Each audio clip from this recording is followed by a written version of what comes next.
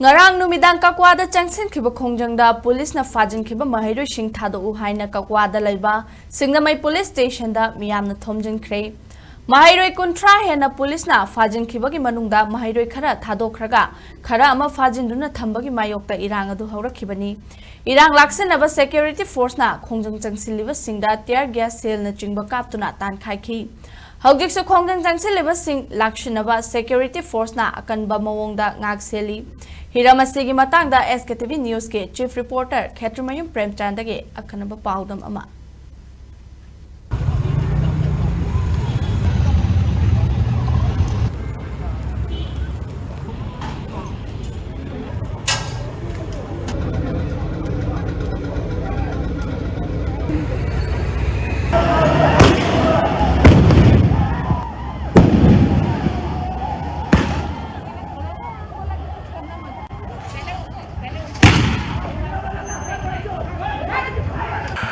Manipur ki hojik oyakli pibam asida lengangna ahen miyang changduna ngarang ayupong drama thoidagi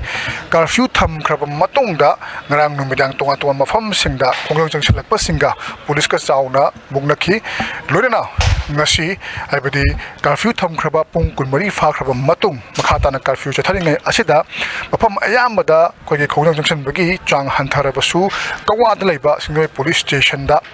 Phajinkhiba haiba tare ngarang gi khongjang da Phajinkhiba Maheiroi sing Thadok haiba demand da hujing maksu kawada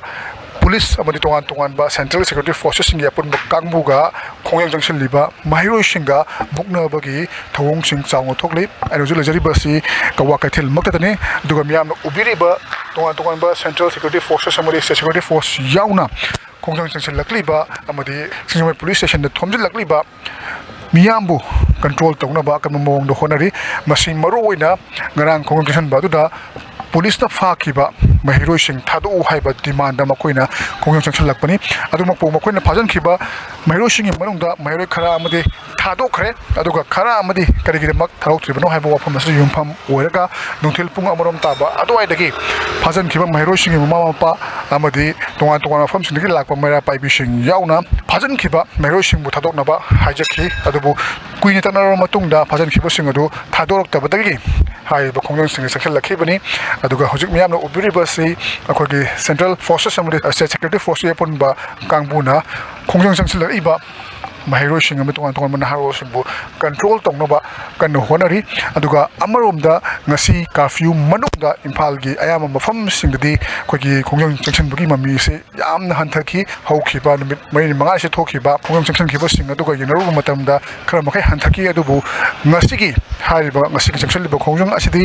Phajinkhiba Maheiroi sing adu Thadok haibani karigumba makhatana thautrabadi makhatana akan khongjang kayama changsimgani habi wafam